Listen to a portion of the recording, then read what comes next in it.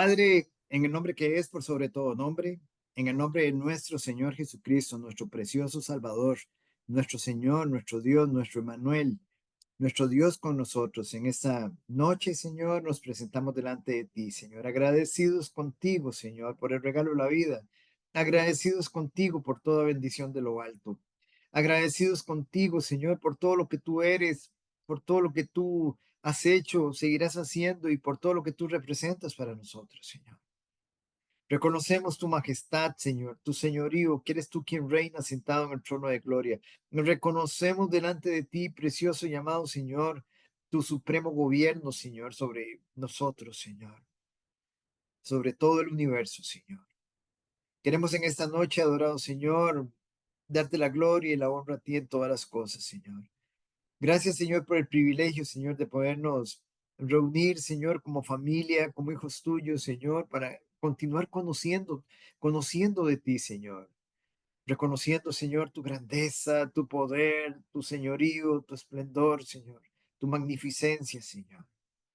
Señor, en esta noche, que sea tu Santo Espíritu, Señor, guiándonos, que sea tu Santo Espíritu iluminándonos, que sea tu precioso y Santo Espíritu, Señor, oh, amado Señor, viniendo sobre nosotros, Señor, y llenándonos, Señor. Que rebosemos, Señor. Que rebosemos de tu precioso y santo Espíritu, Señor. Te pedimos, amado Señor, que en esta noche, Señor, nos libres de hacer algo en nuestros propios medios, que todo sea obrado por ti. Es tu obra, es tu iglesia, Señor. Y se trata de ti y no de nosotros, Señor.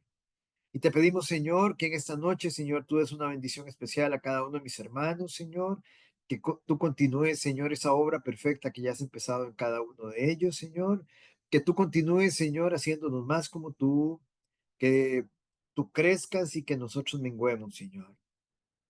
Te damos las gracias, Señor. Oramos por aquellos, Señor, oh Dios, que están con algún quebranto de salud en esta noche. Queremos orar, Señor, por Doña Flor, Señor, para que tú, Señor, derrames abundancia de sanidad sobre ella en el nombre que es por sobre todo nombre, Señor, en tu santa y soberana voluntad, Señor.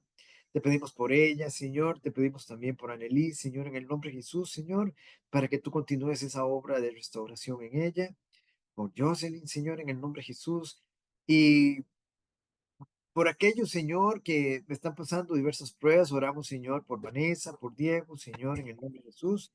Y gracias una vez más, Señor, por esta oportunidad que tú nos das, Señor, de ponernos en tus manos, Señor.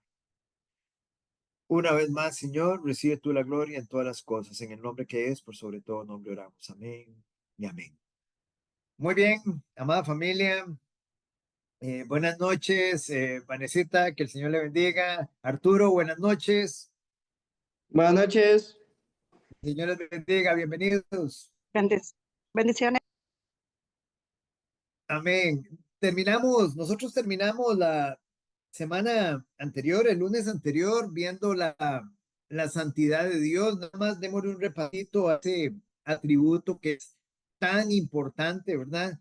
Es el atributo que es triple, ¿verdad? Él es tres veces santo.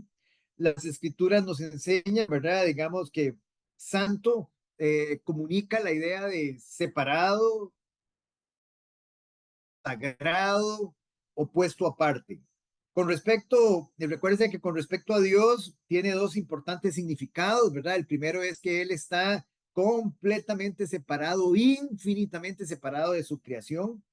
Es totalmente distinto a todo ser creado, del Padre, el Hijo y el Espíritu Santo, totalmente distinto a todo ser creado. Todos los seres en la tierra y en los cielos somos meras criaturas.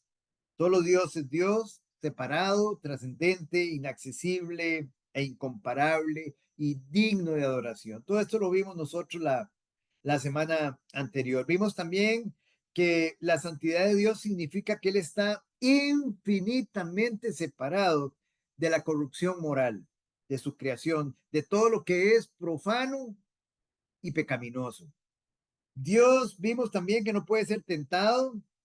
Dios no puede ser tentado, tampoco puede aprobar el pecado, no tiene compañerismo con el pecado. Dios no puede ser tentado ni tienta a nadie. Eso lo estudiamos en detalle nosotros el lunes pasado. Dios no tranza, y eso es muy importante. Dios no tranza su santidad con nadie ni con nada. El Señor no es como nosotros. Él no tranza. Y vimos algunos pasajes, vimos Isaías capítulo 6, versículo 3, vimos Habacuc 1:13, muy limpio eres de ojos, Señor, para ver el mal, no puedes ver el agravio, no eres un Dios que se complace en la maldad, del malo no habitará junto a ti, en el Salmo 5:4, ¿verdad? Y vimos que porque Dios es amor, porque Dios es amor, esto es muy importante, porque Dios es amor. La gente cree que porque Dios es amor, Él tiene que tolerar el pecado, Él tiene que tolerar la injusticia. No, porque Él es amor, Él debe tratar con todo lo que va en contra del amor. Al enfrentar el mal y el pecado, Dios está reaccionando con ira y juicio. El propósito de la ira de Dios en contra del pecado es que el amor alcance su meta. Vimos que la ira de Dios no es como la de nosotros, la ira de Dios es una ira santa, la ira de nosotros es una ira pecaminosa. Y muy bien, hoy en esta noche, entonces vamos a ver el atributo de la justicia de Dios. Ahí vamos a arrancar en esta noche. Dios es justo. Dios es justo, infinitamente justo. La palabra justo denota la excelencia moral de Dios. Digamos, la palabra justo denota la justicia o excelencia moral de Dios. Dios siempre actúa de manera que es consistente con Él. Y esto es interesante, hermanos, porque si nosotros somos hijos de Dios, ahora somos santos, separados para Él, y hemos sido declarados justos. Nosotros tenemos que mostrar el carácter de Cristo en nosotros. Tenemos que mostrar el carácter de Dios. Por lo tanto, tenemos que mostrar, digámoslo así, que somos consistentes con nuestra nueva naturaleza espiritual, con, digamos, mostrando, digamos, santidad en nuestras vidas. Entonces, Dios siempre actúa de manera que es consistente con quien Él es. No hay absolutamente nada malo o incorrecto, absolutamente nada malo ni incorrecto en cuanto a la naturaleza o las obras de Dios. A mí, digamos, hay veces realmente me asusta cuando algunas personas dicen, es que qué injusto que es Dios, qué injusto que es conmigo. Hay mucha gente que se expresa de esa manera en ignorancia, pero Dios es infinitamente justo, infinitamente justo. Y solo hay una injusticia, digamos, la única injusticia que se ha cometido es haber enviado a su hijo a la cruz. Injustamente. Es la única injusticia, porque Él es el Hijo precioso, perfecto, el único en el cual Él tiene contentamiento. Y Él injustamente fue a la cruz por nosotros, para que nosotros pudiéramos ser declarados justos, para que nosotros pudiéramos tener vida eterna en Él, para que nosotros pudiéramos ser perdonados por Él, por su sacrificio. Sus obras, sus decretos, sus juicios son absolutamente perfectos. Dios no tranza con su justicia, con nadie ni con nada. Y esto es interesante, hermanos. Él no es como los jueces terrenales. Él es infinitamente justo. Vamos al Salmo 19:7. Vamos a ir al Salmo 19:7, hermanos, por favor. Salmo 19:7.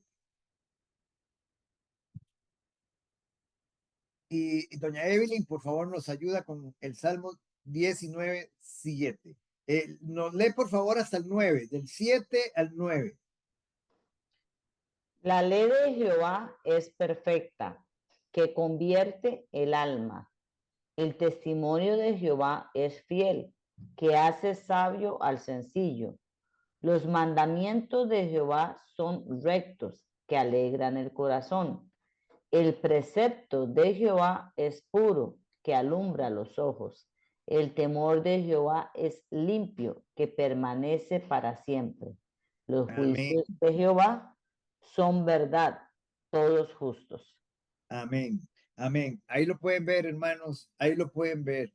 La ley de Jehová es perfecta. Es perfecta, que convierte el alma. Los mandamientos dicen que son rectos. No son injustos, son rectos, que alegran el corazón. El temor de Jehová es limpio, que permanece para siempre. Los juicios de Jehová son verdad, todos son justos. Nosotros ya habíamos definido en 1 Juan, en el capítulo 3, versículo 4, lo que era un pecado. Pecado es, ¿qué es pecado? Es una transgresión a la ley de Dios, es transgredir la ley de Dios. De hecho, muchas veces en la Biblia, ya es otra cosa que también vemos, Dios es representado como un juez. Por ejemplo, en Génesis, en el capítulo 18, versículo 25, podemos ir un momentito ahí. Génesis 18, él es representado como un juez. Génesis 18, versículo 25. Leandro.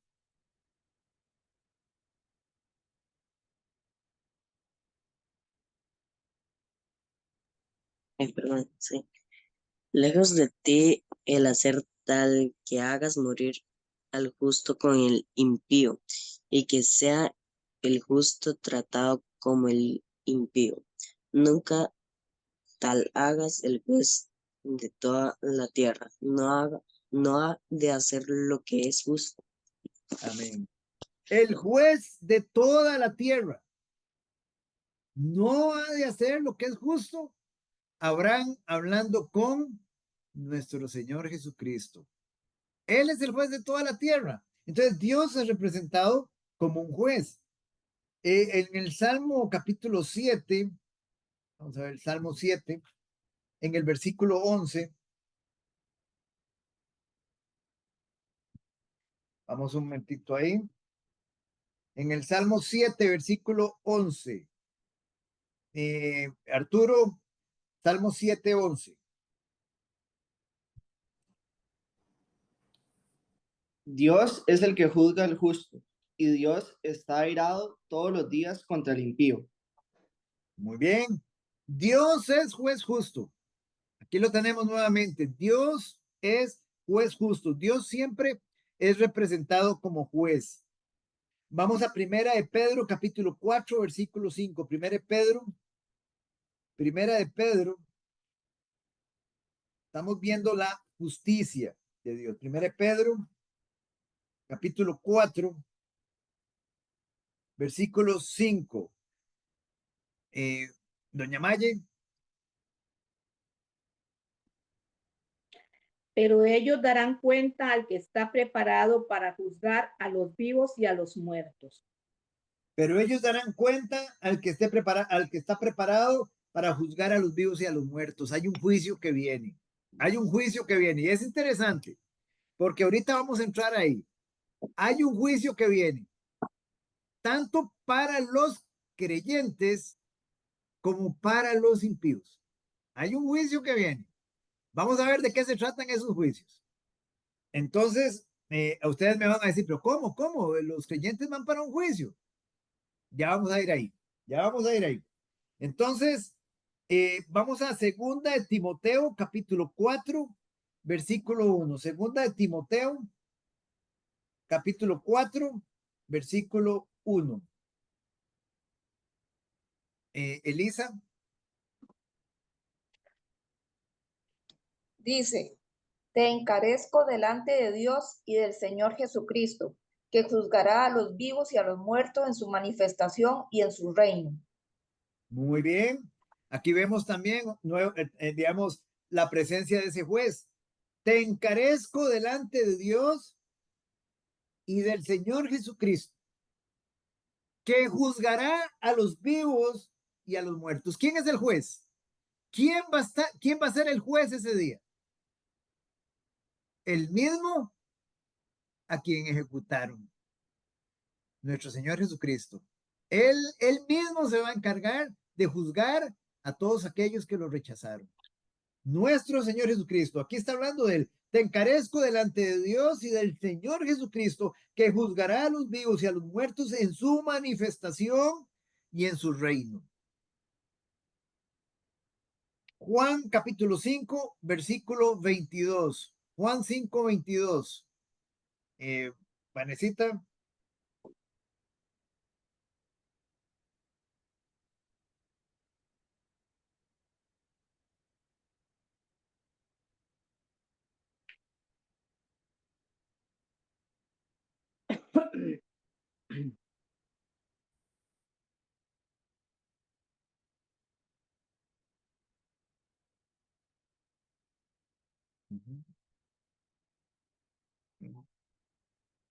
Manny, ¿lo tiene a mano?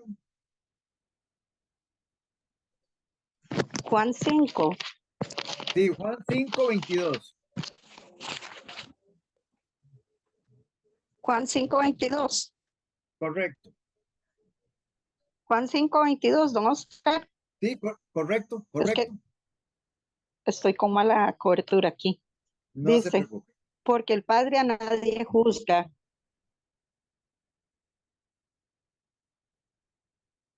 Ujú. Ok, ahí está con mala cobertura, sí. Porque el Padre a nadie juzga, sino que todo el juicio dio al Hijo. Ahí lo tienen, hermanos. Vanesita, ya yo se lo leí, no se preocupe, yo. Porque el Padre a nadie juzga, sino que todo el juicio dio al Hijo. ¿Quién es el juez? El Hijo. El Padre le dio al Hijo la capacidad de juzgar. Vamos a ahorita al Salmo 11.7, por favor. Salmo 11.7.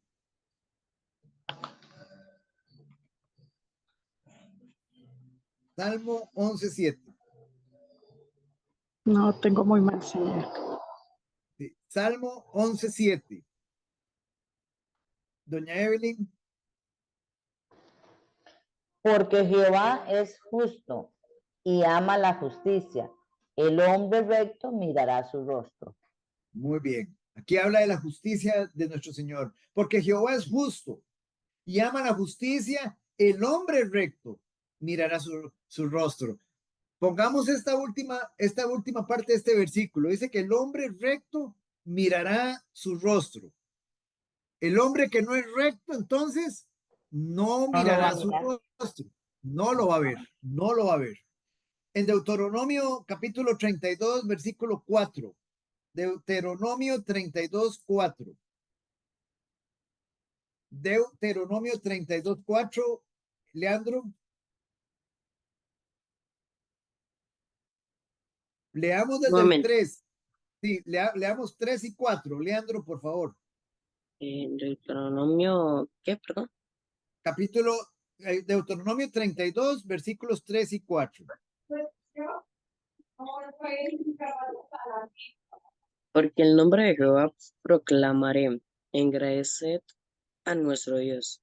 Él es la roca, cuya obra es perfecta, porque todos sus caminos son rectitud. Dios de verdad y sin ninguna inquietud en él. Es justo y recto. Muy bien.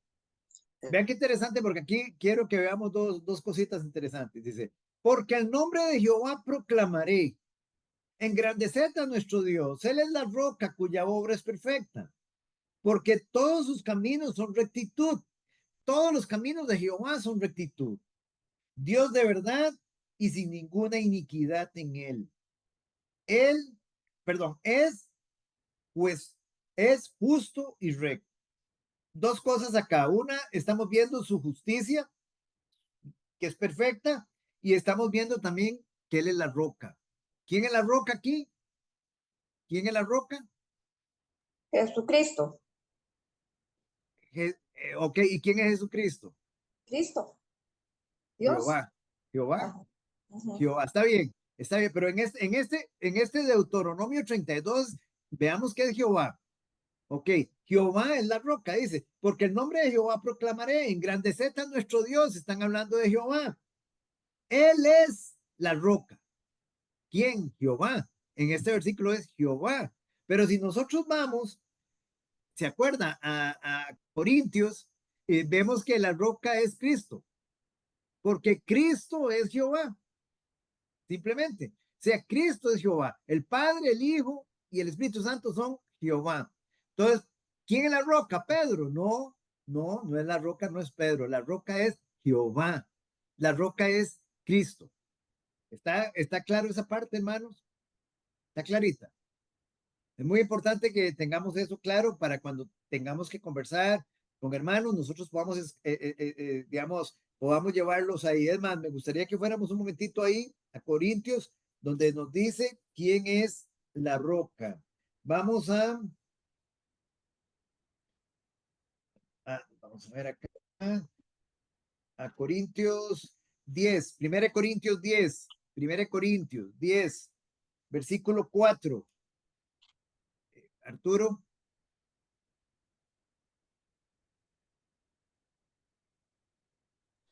Voy para buscarlo, ya voy. Sí, no se preocupe. Primera de Corintios 4, 10, sí, 10, 4. 10:4.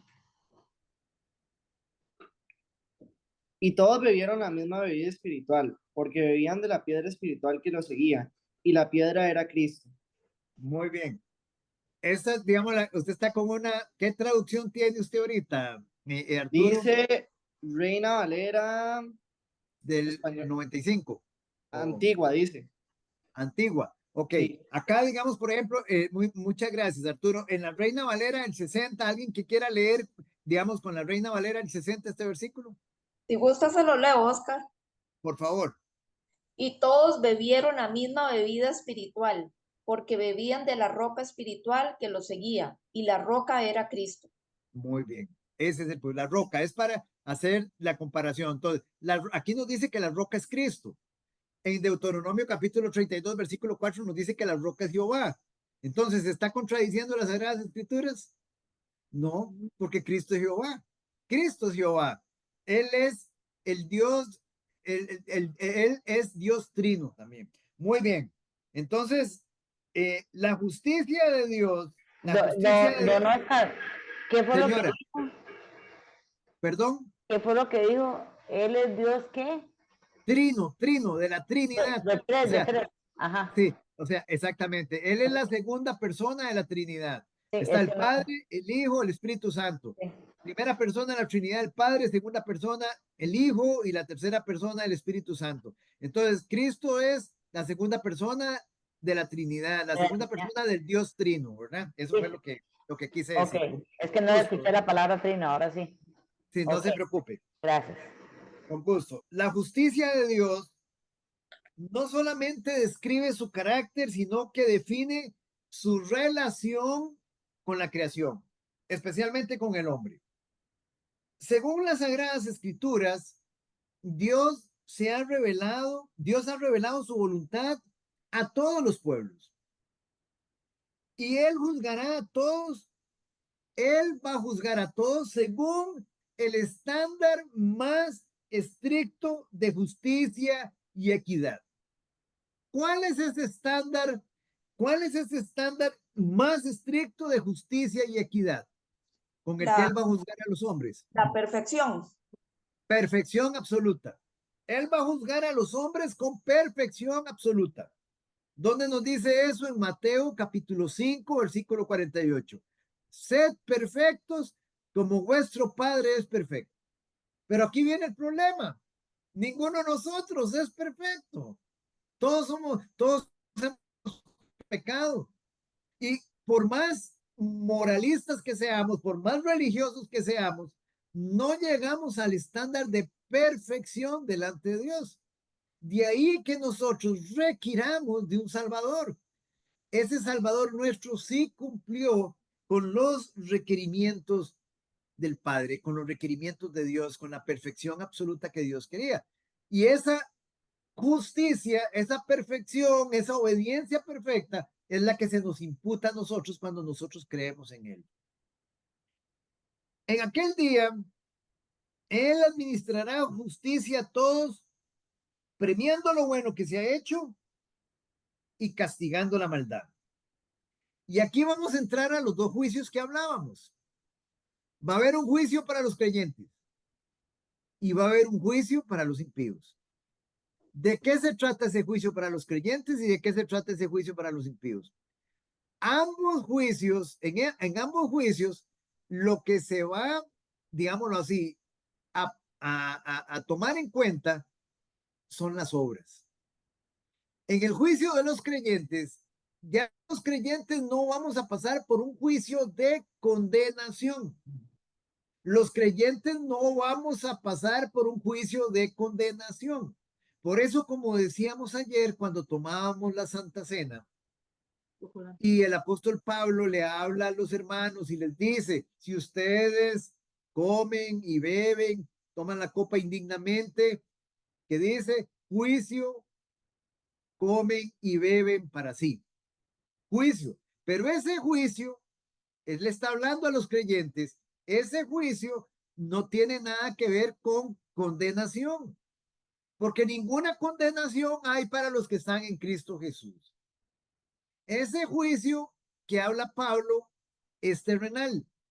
Se manifiesta con juicios terrenales, se manifiesta, digámoslo así, como ahí mismo dice en 1 Corintios, en el capítulo 11, se manifiesta con enfermedades, con debilidad, y en algunos casos, cuando la necedad es mucha, se los lleva el Señor. Punto. Digámoslo así. Vamos un momentito aquí a 1 Corintios, al capítulo 11, para que nosotros lo podamos ver. Vamos a leer primeramente del versículo 27, capítulo 11, versículo 27 de 1 Corintios. Lisa, si gustas, nos lee del versículo 27 al versículo 30. Del versículo 27 al 30. Al 30. Dice, de manera que cualquiera que comiere este pan o bebiere esta copa del Señor indignamente, será culpado del cuerpo y de la sangre del Señor. Por tanto, pruébese cada uno a sí mismo y coma así del pan y beba de la copa. Porque el que come y bebe indignamente, sin discernir el cuerpo del Señor, juicio come y bebe para sí. Por lo cual hay muchos enfermos y debilitados entre vosotros y muchos duermen. Muy bien. Entonces muchas personas creen, hay muchas personas que creen que porque nosotros somos creyentes, estamos exentos de las consecuencias del pecado. ¿Dónde dice eso? En ningún lado. O sea, recordemos que el pecado es una transgresión a la ley de Dios. El creyente siempre va a seguir de alguna forma, digamos, nosotros todavía estamos en un cuerpo de muerte. Y nosotros mientras que estemos en este cuerpo de muerte vamos a estar fallando. No vamos a estar practicando pecado, pero vamos a estar fallando. Vamos a tener, digamos, nuestras debilidades. Y en cualquier momento caemos. El que está firme, mire que no caiga, dice el apóstol Pablo. Si decimos que no tenemos pecado, nos engañamos a nosotros mismos, dice el apóstol Juan. Entonces, ¿cuál es el punto acá? El punto es que ya nosotros no practicamos pecado. Pero si nosotros, igual en nuestra fragilidad humana, caemos, como cayó David en su momento, como, digámoslo así, como caen muchos siervos del Señor, debemos ir inmediatamente al arrepentimiento.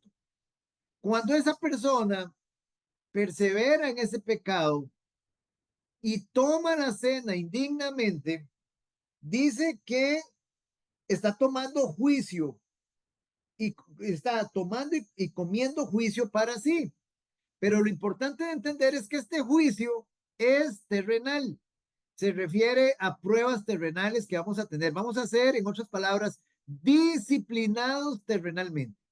¿De qué manera? Sufrimientos, enfermedades, aflicciones, pérdidas de un trabajo, lo que sea. El Señor, digámoslo así, nos va a disciplinar. Entonces, en este caso, vea que el Señor habla aquí de personas que dice, por lo cual hay muchos enfermos y debilitados entre vosotros y muchos duermen. Esos que duermen es porque el Señor se los llevó ya a su presencia. ¿Perdieron la salvación? No la perdieron. ¿Por qué no la perdieron? Porque la salvación de ellos no depende de obras. Ellos ya eran creyentes. Simple y sencillamente, digámoslo así, estaban, digámoslo, en un momento de fragilidad y cayeron. Y cayeron. Pero el punto de entender aquí, hermanos, es, no estaban en una práctica. Habían caído. Estaban, digamos, sí persistiendo en un pecado. Digamos, cualquier pecado que ustedes imaginen. El punto aquí es, hermano, esto no es que digamos, hay una tolerancia o una licencia para pecar para el creyente. No estamos hablando de eso. Estamos hablando de una necedad del creyente de mantener un pecado, digamos, no confesado y tomar la cena indignamente. A eso se refiere. Entonces, hay un juicio terrenal, pero no hay juicio en la eternidad. No es un juicio de condenación. Ahora vamos a los juicios de los que estamos hablando ahorita, a los que nos vamos a referir en el estudio. Un juicio para los creyentes. ¿Dónde nos habla de ese juicio para los creyentes? ¿Qué es lo que se va a juzgar en ese juicio? ¿Cómo se conoce ese juicio? Ese juicio se conoce como el tribunal de Cristo. Se conoce como el bema con B grande, bema de Cristo, B-E-M-A, así se conoce como el bema de Cristo, como el tribunal de Cristo. ¿Qué es lo que se juzga en ese tribunal a los creyentes? Las motivaciones del corazón con que realizaron las obras una vez que estaban en Cristo. Una vez que ellos habían sido justificados, declarados justos a partir de ese momento, todas las obras que hagan, todas esas obras van a ser pasadas por fuego. Esas obras, al pasarlas por fuego, unas van a ser recompensadas y otras van a sufrir pérdida. ¿Dónde nos dice todo eso? Vamos a ir a 1 Corintios, al capítulo 3. Después nos vamos a referir al otro juicio, al de los impíos, que es por obras también, pero ahí es diferente, para castigo eterno. Vamos a entonces, que es en el juicio del trono blanco. Vamos entonces a 1 Corintios, al capítulo 3. Hasta el momento, ¿hay alguna duda de lo que vamos hablando? Porque es importante que esto quede claro. El creyente no está exento de las consecuencias del pecado. Ah, es que yo soy creyente, ya a mí la gracia todo me lo cubre. No, hermano. O sea, la gracia no cubre las consecuencias del pecado. ¿Dónde dice eso? No, la gracia me perdona. La gracia me ofrece perdón, me ofrece restauración, me ofrece comunión con Dios, pero no me ofrece exonerarme de las consecuencias del pecado. Muy importante tener eso presente. Cada vez que yo peco como creyente o como impío, yo estoy activando una pena. Una pena, digamos, pero ahora en el caso de creyente es terrenal y en el caso de los impíos es terrenal y eterno. ¿Entendemos? ¿Entendemos, familia? La pena se cumple, digamos, se paga o se cumple aquí, se arrastra aquí. No. Terrenal, es que no entiendo. Digamos, estamos hablando, por decir algo, hablemos de un impío primero. Cuando la persona no conoce de Cristo, esa persona ya está condenada. Una. Segundo, los pecados que esa persona está cometiendo, las transgresiones que esa persona está cometiendo, entonces tiene consecuencias terrenales y consecuencias eternas. Ambas.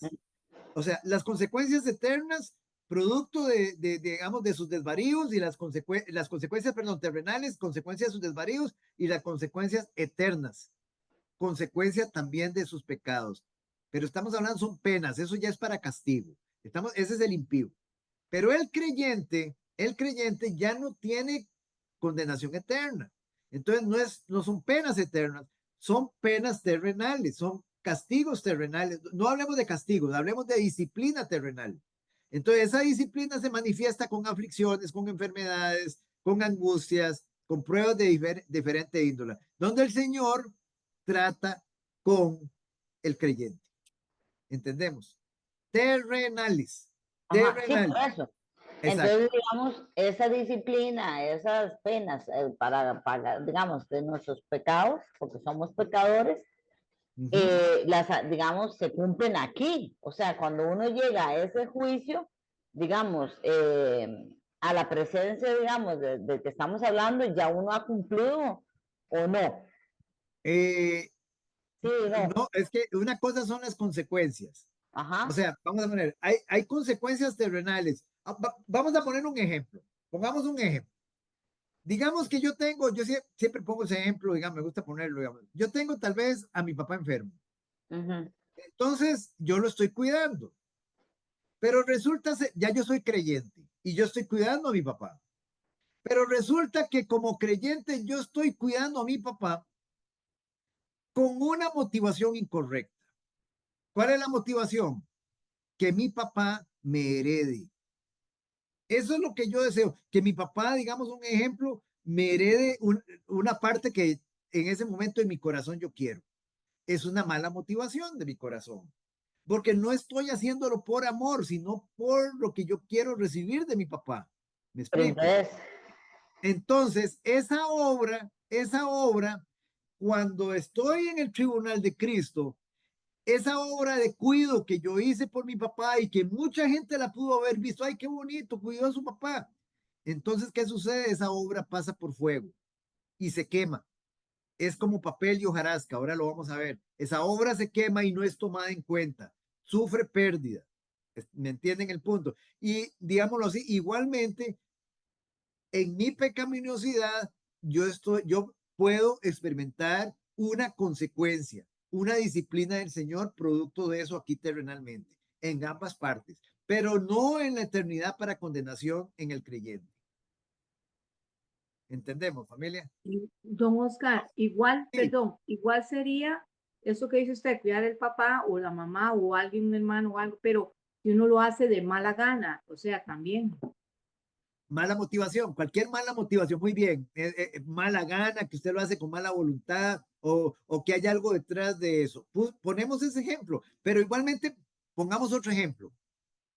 Una viuda, vamos a ayudar a la viuda. El hombre, él es cristiano y ayuda a la viuda, pero quiere una compensación de la viuda, una mala motivación. Está ayudando para recibir algo de la viuda. Le explico el punto. Hay una mala motivación del corazón en esa ofrenda, en esa ayuda que está dando esa persona. Ahora, ¿se da entre los creyentes? Sí, se da entre los creyentes. Hasta cosas peores hay veces se dan. Entonces, esas obras se queman y esas obras sufren penalización aquí terrenalmente y sufren consecuencias terrenales. Queda clarito, pero más clarito va a quedar con el pasaje. Vamos un momentito entonces a Primera de Corintios al capítulo 3. Y vamos a leer a partir del versículo 11. Este, Don vamos Oscar, con, ¿puedo leer? sí, por favor, a partir del versículo Ah, 11. bueno, gracias. Ok, Ok, dice, nadie puede poner otro fundamento que el que está puesto, el cual es Jesucristo. Si alguien edifica sobre este fundamento con oro, plata y piedras preciosas, o con madera, heno y hojarasca, la obra de cada uno se hará manifiesta, porque el día la pondrá al descubierto, pues por el fuego será revelada. La obra de cada uno, sea la que sea, el fuego la probará. Si permanece la obra de alguno que sobreedificó, él recibirá recompensa. Si la obra de alguno se quema, él sufrirá pérdida. Si bien él mismo será salvo, aunque así como por fuego. muy bien, muchas gracias, Manny. Con- Entonces vamos a verlo despacito. Dice, porque nadie puede poner otro fundamento que el que está puesto, el cual es Jesucristo. Él es el único camino. No hay otro nombre dado a los hombres en cual podamos ser salvos, en cual podamos ver la vida eterna. No hay otro nombre. Él es el fundamento. Muy bien. Entonces nos dice, usted no puede hacer ninguna otra cosa para salvarse. Ya el fundamento está puesto y es solo a través de Cristo. Esto lo está diciendo Pablo. Entonces dice, versículo 12, y si sobre este fundamento, Cristo, alguno edifica, ¿Qué significa alguno edifica? O sea, ahora sí, empezamos a dar fruto, digamos, pero recuérdense, hay en algunos momentos que no es un fruto bueno, es un fruto generado con malas motivaciones de corazón, no es un fruto. Dice, y si sobre este fundamento alguno edificare oro, plata, piedras preciosas, madera, heno, hojarasca. Esa es la escala, esa es la jerarquía, digámoslo así, de las motivaciones de nuestro corazón. Si es una obra de oro, una obra excelente, que usted dice, usted cuidó a su mamá, usted cuidó a su papá, usted los honró hasta el final, a puro amor, pasando montones de circunstancias difíciles, pero usted estuvo ahí siempre presente, es una obra de oro. Esa obra pasa por fuego y no se quema. Así también hay obras de plata, no se van a quemar. Hay obras de piedras preciosas que no se van a quemar. Pero también hay obras con malas motivaciones de corazón, se hicieron con una mala motivación como lo que nosotros hablábamos. Entonces esas obras son de madera, son de heno, son de hojarasca, esa es la representación. Esas obras se van a quemar. Entonces, ¿cuál es el punto? Si usted, la obra de suya fue de oro, usted va, digamos, a ser recompensada por Dios.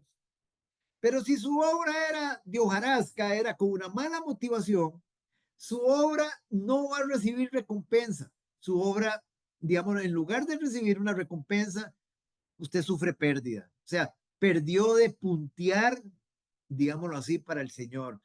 Perdió de llevar fruto al Señor. Ese fruto se quema.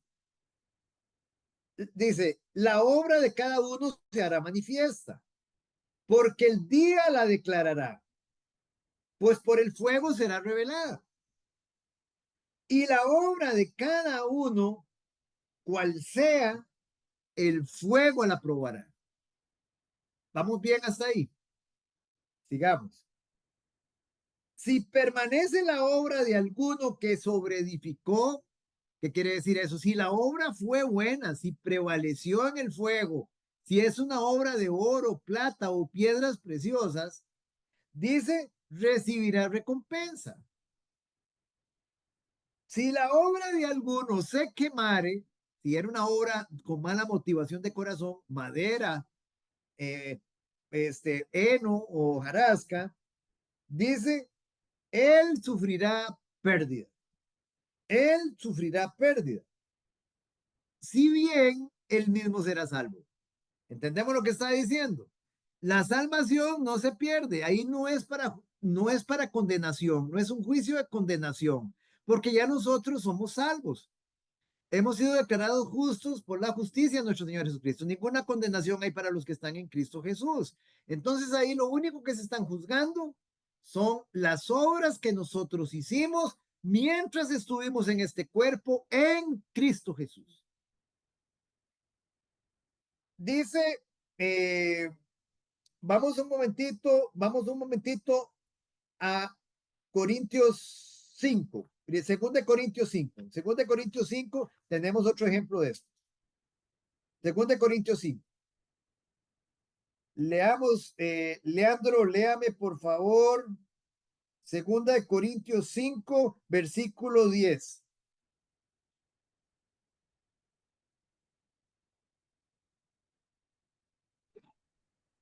Y bueno, Corintios,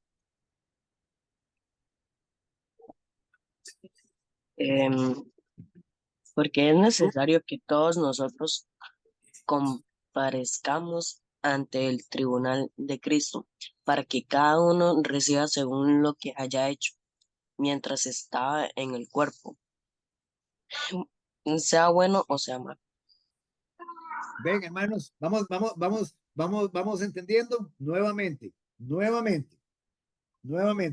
Porque es necesario que todos nosotros comparezcamos ante el tribunal de Cristo. Ese es el tribunal de Cristo del que estamos hablando. Pablo, ¿a quién le está hablando? Le está hablando a la iglesia.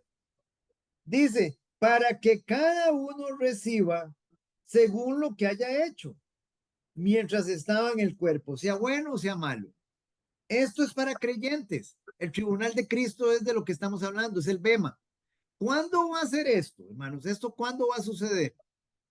¿Cuándo va a suceder esto? Cuando la iglesia sea llevada al cielo. Cuando el Señor venga por su esposa, por su iglesia, digamos, este evento se lleva a cabo en el cielo. Ya cuando nosotros bajamos con Cristo en su segunda venida, ya este acontecimiento se ha dado en el cielo.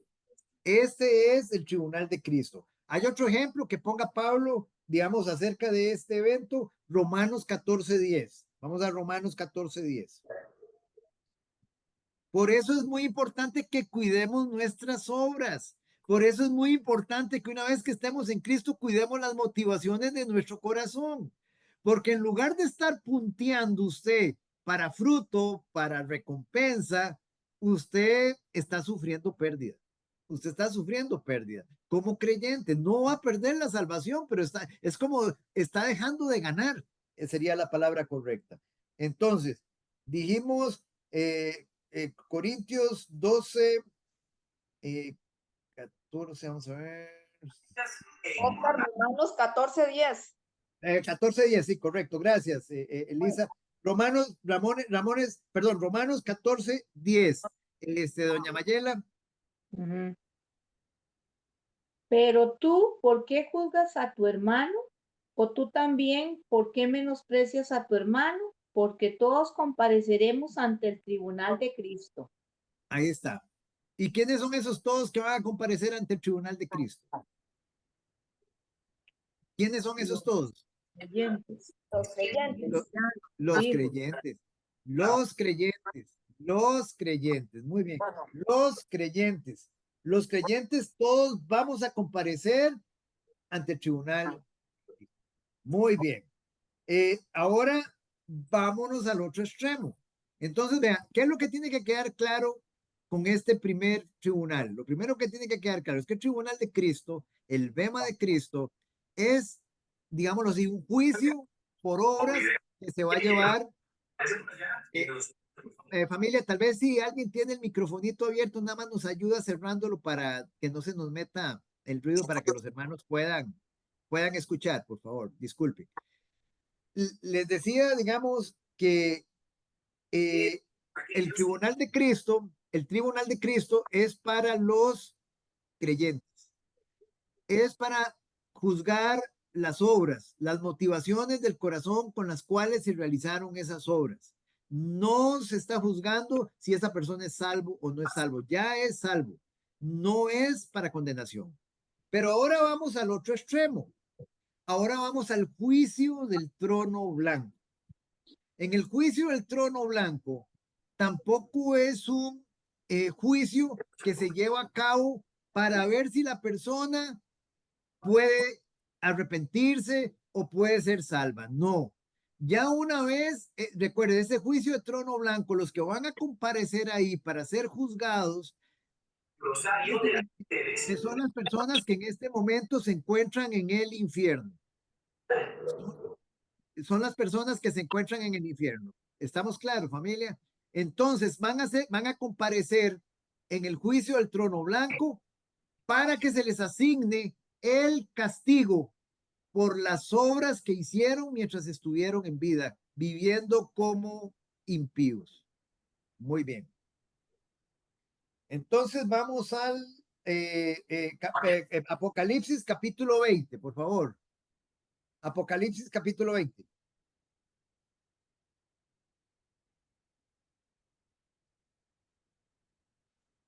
Y vamos al versículo 11.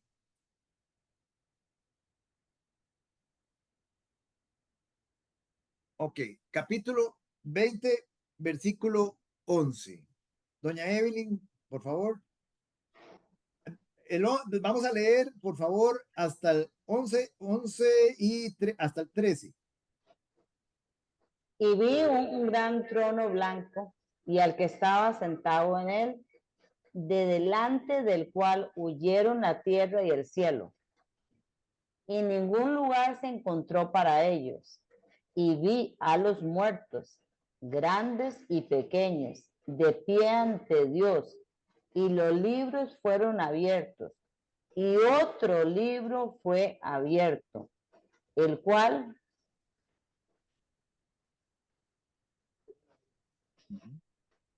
Se me movió la No se preocupe, no se preocupe. Apocalipsis 20:12, ¿verdad? 20:12, sí, señora.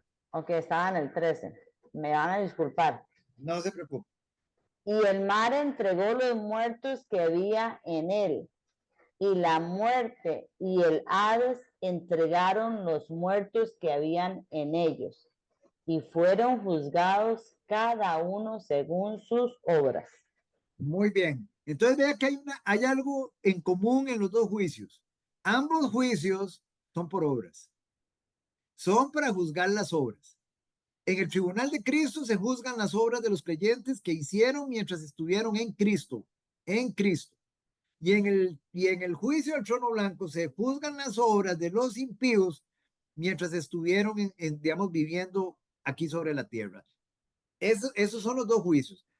En el juicio del trono blanco ya ellos están condenados. Desde el momento en que entraron al infierno, ellos están condenados. Ahí no es para marcha atrás, para ver si Dios va a tener misericordia, no. Ahí simple y sencillamente es que se presentan delante de Dios y Dios asigna el castigo y los envía al lago de fuego. Nuevamente leamos, dice, y vi un gran trono blanco y al que estaba sentado en él, del cual huyeron la tierra y el cielo. Ya, digamos, esto es hablando ya estamos hablando aquí después del milenio. Y ningún lugar se encontró para ellos. Y vi a los muertos, y vean que están de pie para recibir la sentencia. Y vi a los muertos, grandes y pequeños. Aquí cuando hablamos de grandes y pequeños, se refiere todas las edades, grandes y pequeños, y se refiere también, digamos, la relación también es a los estatus, digamos, sociales. Dice, vi a los muertos grandes y pequeños de pie ante Dios. Y los libros fueron abiertos. Los libros, muy importante que siempre tengan los registros de Dios. Y otro libro fue abierto, el cual es el libro de la vida. El Señor saca ese libro ¿con qué objeto? Nunca estuvo apuntado en el libro de la vida. Nunca estuvieron apuntados. Y fueron juzgados los muertos, son muertos espirituales. Porque todos ya hemos muerto, ya todos hemos muerto físicamente. Pero aquí estamos hablando, estos muertos son espirituales y eternos. Dice, y fueron juzgados los muertos por las cosas que estaban escritas en los libros. Por las cosas que estaban escritas en los libros. ¿Qué estaba escrito en los libros? Eran las actas, eran las hojas de delincuencia de cada uno de los que están ahí. Dice, según sus obras.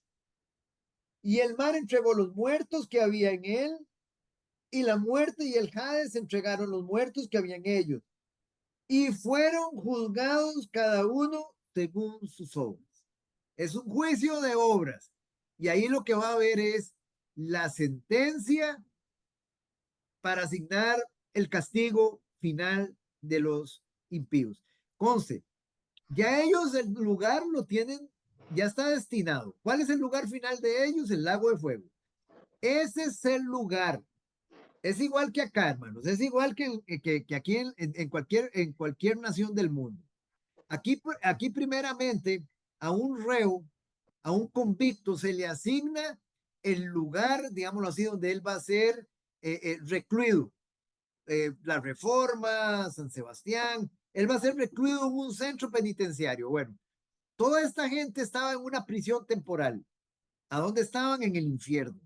Temporalmente, hasta que se cumplieran los tiempos, hasta que se cumpliera el kairos de Dios, el tiempo oportuno para el juicio, digamos, del trono blanco, donde ellos simple y sencillamente ahí se les va a ratificar la sentencia. Ellos ahí están de pie ante Dios y a ellos se les va a enumerar cuáles son las obras por las que van a ser juzgados y cuáles son las penas, cuál es el castigo. Los castigos son diferentes. El castigo no es que el castigo, digamos, el lugar de castigo final es el lago de fuego. Ese es el lugar de castigo final.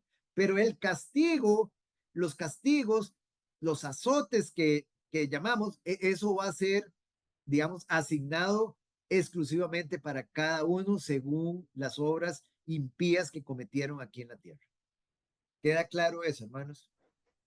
Entonces, entonces no es cierto cuando dicen, digamos, que para Dios no hay pecado grande ni pequeño, que todos son pecados, porque si al final van a ser juzgados de acuerdo a sus obras, por ejemplo, pienso yo, digamos, un asesino, digamos, o un pedófilo, digamos, pienso yo que tal vez es sus obras fueron más fuertes cruelmente, digamos, que tal vez alguien que, no sé, que tal vez haya robado, me están entendiendo, no sé si, o es que estoy... Totalmente, está clarísimo y muy buena su observación, doña Evelyn. O sea, es exactamente igual. Vea, digamos, el sistema de justicia terrenal que tienen las naciones, ¿de dónde creen que salió? De la misma Biblia. De ahí salió, de ahí se originó. Entonces, veámoslo así. No es lo mismo juzgar, como dice usted, a un asesino en serie con 15 homicidios que juzgar a una persona, digamos un ejemplo, que fue impía toda su vida, pero que lo que era un mentiroso, un envidioso, digamos, con otro tipo de pecados diferentes. Hay niveles de pecado y hay niveles de castigo. Digamos, igualmente, digamos, es igual. Aquí una persona comete un homicidio, mínimo son 25 años, mínimo, 25 años. Bueno, igual, no es lo mismo un homicidio por 25 años que tal vez un secuestro o tal vez un robo agravado. Son diferentes las penas. En el juicio del trono blanco es exactamente igual. Ahora usted me dice, pero fundamentémoslo bíblicamente. Vamos a las escrituras y veamos que hay niveles de castigo. Es muy importante tener claro, hay niveles de castigo para los impíos. Los impíos que, digámoslo así, que han tenido más luz, mayor condenación van a recibir.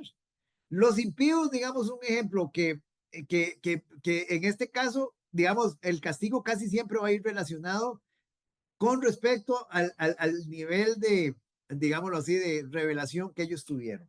Vamos un momentito a Lucas capítulo 12, por ejemplo, para que lo veamos. Lucas capítulo 12.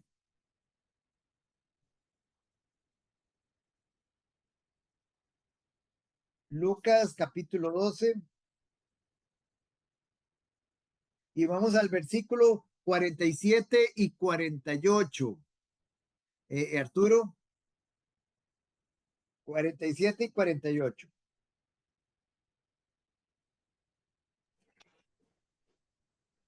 Ok.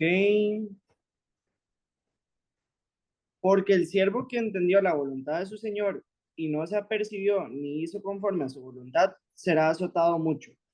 Mas el que no entendió e hizo cosas dignas de azotes, será azotado poco, porque a cualquiera que fue dado mucho, mucho será vuelto a demandar de él, y al que encomendaron mucho, más le será pedido. Muy bien. Entonces veamos esto, hermanos. Aquí tenemos un ejemplo. Hay dos personajes. Hay un siervo en el versículo 47 y hay otro en el versículo 48. La primera pregunta con base en lo que leímos. ¿A dónde van estos siervos? ¿A dónde va el del 47 y a dónde va el del 48? Al mismo lugar. ¿A dónde? ¿A cuál De lugar? ahí, al infierno, ¿no? Al infierno. Muy bien, muy bien. Pero perfecto, los dos van al mismo lugar. ¿Por qué razón? Porque leámoslo despacito. Aquel siervo que conociendo la voluntad de su Señor, ¿qué nos está diciendo acá? Tiene luz, ha recibido revelación de Dios. Es uno de los tibios que está en la congregación. Es uno de los tibios. Por eso, ojo con los tibios. Porque si el Señor viene, se van a quedar. Dice, perdón. Se negó a la palabra. Se negó a la Dice, palabra. ajá, correcto. El enemigo le roba la palabra, correcto. Dice, aquel siervo que conociendo la voluntad de su Señor, la conocía, pero no se preparó, ni hizo conforme a su voluntad. O sea, él oyó, pero no hizo. no se preparó, ¿qué dice?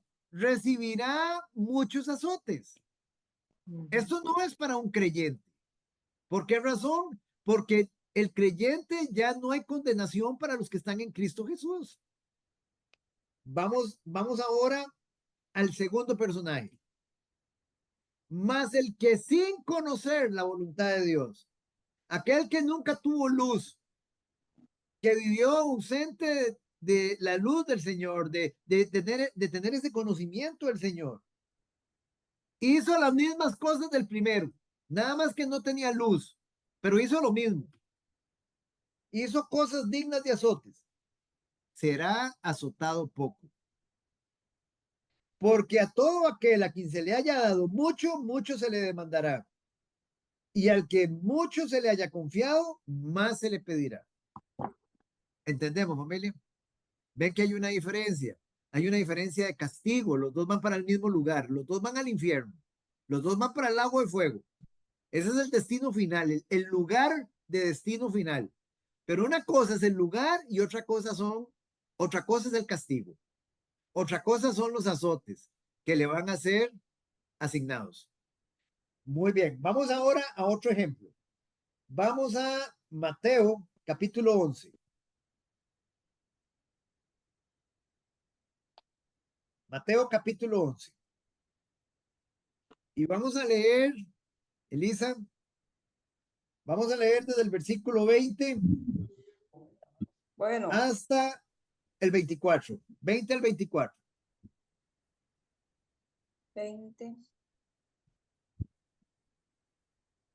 Mateo del 11 al 24.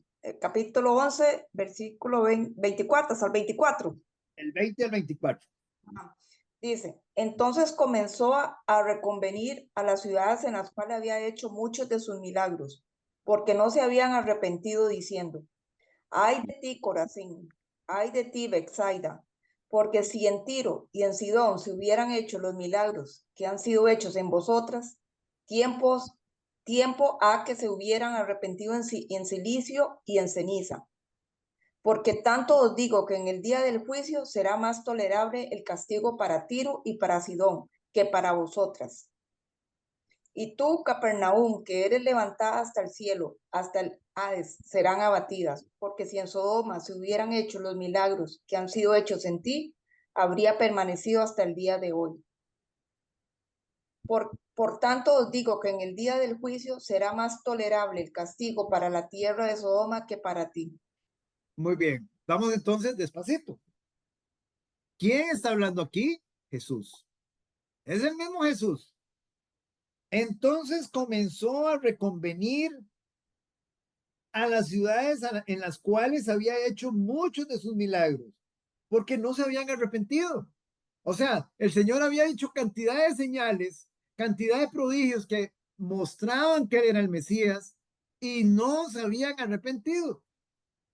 Y entonces él les dice, ay de ti, Corazín, ay de ti, Betsaida, ciudades del lado de Galilea, de la parte norte de Israel, donde nuestro Señor Jesucristo, digamos, hablemoslo así, él le dio prioridad en su ministerio a esa zona. Le dice, ay de ti, Corazín, ay de ti, Betsaida, porque si en Tiro y en Sidón, dos ciudades del Antiguo Testamento, que sufrieron el juicio de Dios, porque si en Tiro y en Sidón se hubieran hecho los milagros que han sido hechos en vosotras, tiempo ha que se hubieran arrepentido en silicio y en ceniza. O sea, en otras palabras, Jesús les está diciendo, mire, ellos no recibieron la luz que ustedes recibieron. Si ellos hubieran recibido, hubieran visto lo que ustedes están viendo, ellos hubieran arrepentido. Y es lo mismo a mucha gente acá. Si ustedes no entienden, ustedes van a tener más. Hoy en día va a haber hay una mayor responsabilidad en los que están recibiendo el evangelio. Tienen más oportunidades de recibir luz que mucha gente en la antigüedad. Por tanto os digo que en el día del juicio, ¿cuándo? Del que estamos hablando, el juicio del trono blanco, será más tolerable el castigo para Tiro y Sidón que para vosotras. ¿Entendemos por qué? porque las de Tiro y Sidón no tuvieron tanta revelación de Dios como la tuvieron Corazín y Betsaida. Tuvieron más luz, Corazín y Betsaida van a tener mayor juicio. Versículo 23. Y tú, Capernaum, óigame, se refiere a Capernaum, la ciudad donde nuestro Señor Jesucristo se instaló, puso su centro de operaciones ahí de su ministerio. Y tú, Capernaum, que eres levantada hasta el cielo, estuvieron ahí con el omnipotente Dios, creador del universo. Dice que fuiste levantada hasta el cielo, hasta el Hades. Serás abatida, hasta el infierno. Porque si en Sodoma si hubieran hecho los milagros que han sido hechos en ti, no le hubiera llevado juicio a Sodoma, es lo que está diciendo el Señor. No le hubiera llevado porque ellas se hubieran arrepentido. Por tanto, os digo que en el día del juicio será más tolerable el castigo para la tierra de Sodoma que para ti. ¿Entendemos, familia? Es interesante, imagínense, Dios mío. O sea, Capernaum tuvo a Cristo presente. Sodoma y Gomorra no lo tuvieron. Todos los de Capernaum que lo rechazaron están hoy en el infierno. Pero en el día del juicio, cuando se les asigne el castigo eterno, la gente de Sodoma va a recibir un castigo mucho menor que el que van a recibir los de Capernaum. Entonces viene la pregunta, ¿hay una diferencia de castigos? ¿Hay una diferencia hay niveles de castigo? Sí, hay niveles de castigo. Vamos a otro pasaje, vamos a Juan capítulo 19. Don Oscar, Sí, una dígame. consulta. Yo tenía como una duda más general, digamos, ¿qué pasa con las personas, digamos, que nunca llegan a conocer el cristianismo como religión? Por ejemplo, que son como hindús o budistas o, digamos, nunca tienen como esa cercanía con, porque, digamos, no pueden, o sea, eso es por desconocimiento, más que todo. No sé si me explico. Sí, le estoy explicando. Igualmente, sí, le estoy comprendiendo perfectamente. Igualmente, pensemos también, y es un ejemplo que hemos puesto, pensemos aquellos personas que están metidas en el Amazonas, o en selvas africanas, o sea, donde se quiera. Vamos a hacernos primeramente una pregunta, Arturo. Toda la humanidad ha pecado, toda, sin excepción, todos, dice la palabra de Dios, que todos, por cuanto todos pecaron, todos estamos destituidos de la gloria de Dios. ¿Qué quiere decir eso? Todos hemos pecado. Todos estamos destinados para condenación eterna. Dios es el Dios soberano, omnisciente, que conoce profundamente el corazón de cada ser humano. Él conoce el corazón de cada ser humano profundamente. Él sabe si esa persona se va a arrepentir presentándole el evangelio o no se va a arrepentir. Él lo sabe. Esa es una. Entonces, el Señor, al saber eso, otro detalle que hay que saber es, ¿qué nos debe el Señor? ¿Qué le debe el Señor a la humanidad? El Señor, ¿qué le debe a la humanidad? El Señor tiene la obligación de salvar a un montón de gente que está condenada, que está en enemistad con Dios, que son enemigos de Dios. ¿Está Dios obligado a salvarlos? No, porque más bien nosotros somos los criminales, somos los transgresores delante de Dios. Dios no tiene ninguna obligación con nosotros. Muy bien. Aparte de eso, Dios se ha revelado, más adelante lo vamos a ver, Dios se ha revelado a la humanidad sin excepción de tres maneras. Él, a todos los seres humanos, Dios se reveló por medio de su creación. Por medio de su creación. ¿Dónde nos dice eso? En Romanos, en el capítulo 1, creo que del versículo 18 en adelante, ahí nos dice que Él se reveló a su creación. Él se ha revelado. Y nadie puede negar. Por ejemplo, ¿por qué el sol, digamos, da la luz necesaria o da el calor necesario? ¿Por qué no nos quema?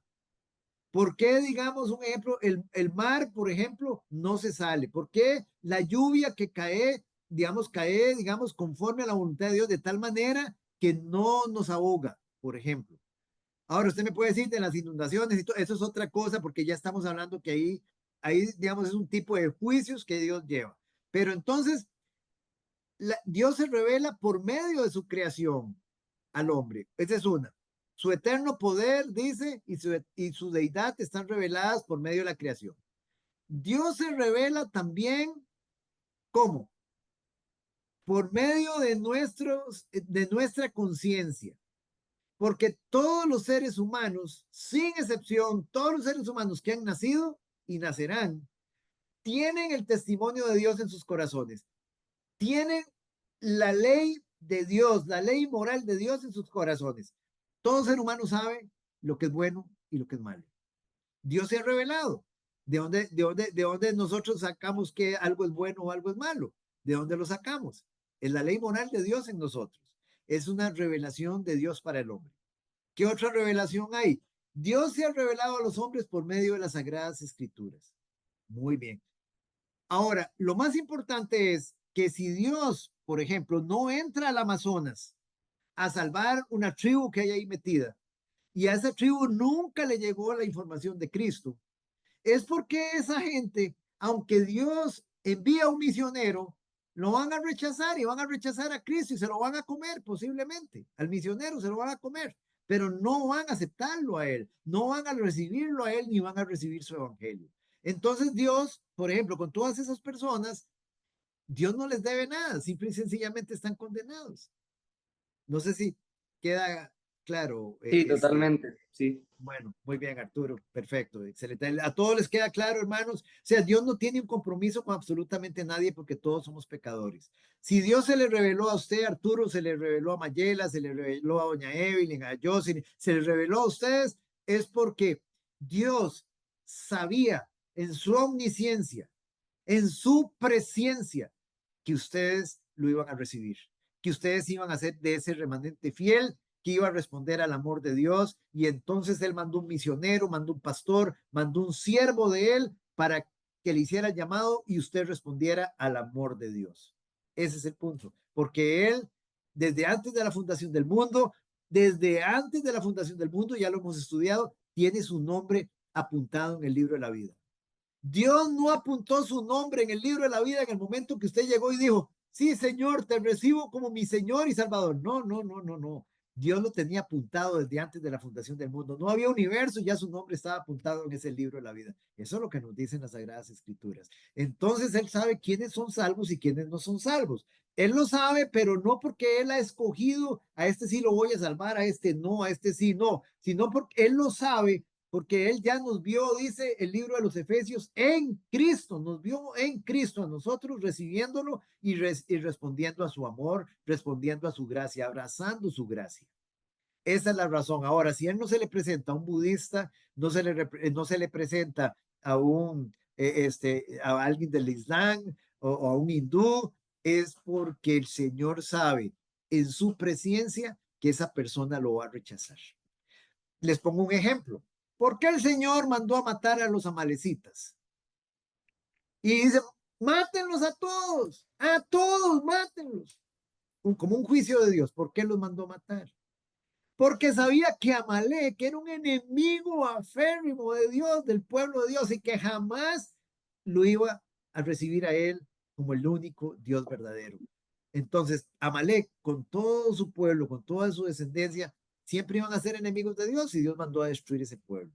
Esa es la razón por la que en ese sentido Dios está en control de todas las cosas. Muy bien.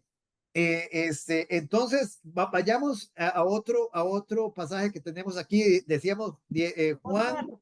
Juan ¿Sí? 19. Juan Correcto. 19. Muchas gracias. Juan 19:11. ¿Íbamos con quién? Con Leandro. Juan 19:11. Leandro. Seguro conmigo, porque hace rato no leo. Ajá, ya casi, ya el próximo es suyo. Sí. Vamos a ver, así, aquí, ok. Muy de pato, Alejandro. Sí. Ok, Juan 19:11. Sí. Respondió Jesús, ninguna autoridad tendrás contra mí si no te fuese de arriba. Por tanto, el que a ti me ha entregado mayor pecado tiene. Muy bien. Ustedes recuerdan este pasaje, ¿verdad? Nosotros lo estudiamos. Ok. Ujú. ¿Quién es el que está hablando acá? Está hablando Jesús. ¿Con quién está hablando? ¿A quién le dijo esto, Jesús? ¿Cómo se llama? A Caifás. No, a ¿Ah? Pilato. A Pilato. A Pilato. Pilato. A Pilato. Entonces, vea, esto se lo dijo nuestro Señor Jesucristo a Pilato. Respondió Jesús, ninguna autoridad tendrías contra mí si no te fuese dada de arriba. Por tanto, el que a ti me ha entregado, ¿quién? ¿Quién entregó a Jesús a Pilato? Ah, cierto, ahí sí fue Caifás. Ok, fue Caifás, correcto, correcto. Entonces dice, por tanto, el que a ti me ha entregado, ¿quién? Caifás, no era Judas, no era Judas. Judas solamente fue un instrumento de los líderes religiosos. Pero el que lo entrega a Pilato es Caifás, el sumo sacerdote, no Anás. Anás era sumo sacerdote, era un ex sumo sacerdote, suegro de Caifás. El que lo entrega es Caifás, era la cabeza, digámoslo así, religiosa, la cabeza de los líderes religiosos de la época. Entonces Caifás lo entrega a Pilato y vean lo que le dice, el que a ti me ha entregado, mayor pecado tiene, mayor castigo. O sea que en ese sentido, aunque los dos van para el infierno, los dos están en el mismo lugar, Caifás y Pilato, Caifás tiene mayor responsabilidad delante de Dios. Ese es otro ejemplo. Vamos a otro ejemplo. Marcos 12:40. Doña Maggi. Ok. Marcos 12:40.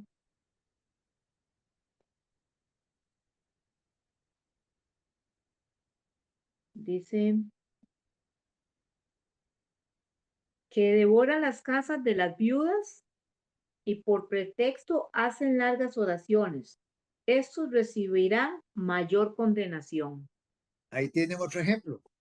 Es Jesucristo hablándole a los fariseos hipócritas. Y les dice, ustedes van y devoran las casas de las viudas. Dice, y por pretexto se ponen a hacer largas oraciones.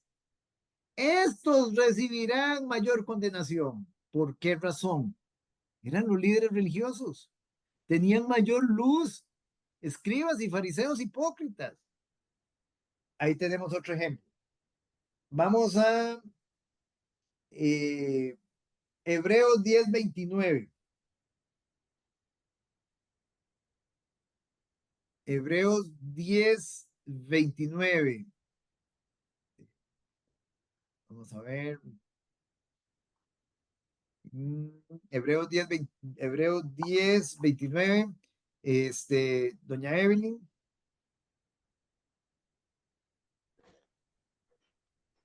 ¿Cuánto mayor castigo pensáis que merecerá el que pisoteare al Hijo de Dios y tuviere por inmunda la sangre del pacto en la cual fue santificado e hiciere afrenta al Espíritu de gracia?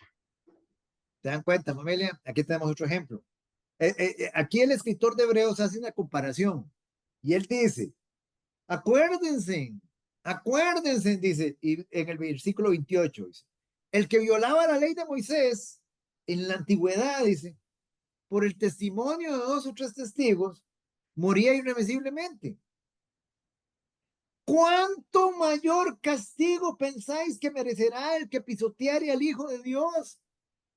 Al que rechace la oferta del Padre, de la oferta de su Hijo, que es la única, digámoslo así, es el único camino de salvación, el cual el Padre derramó en su amor y tuviere por inmunda la sangre del pacto, o sea, el Señor derramó su sangre preciosa, divina, para limpiarnos del pecado, y ustedes la pisotean rechazando esa oferta preciosa. Dice, y tuviere por inmunda la sangre del pacto en el cual fue santificado e hiciere afrenta al Espíritu de gracia, al Espíritu Santo, lo rechazan, rechazan la convicción del Espíritu Santo, ustedes recibirán más castigo. ¿Se dan cuenta? Entonces hay niveles de castigo. Hay niveles de castigo, precisamente para los que hayan recibido mayor luz.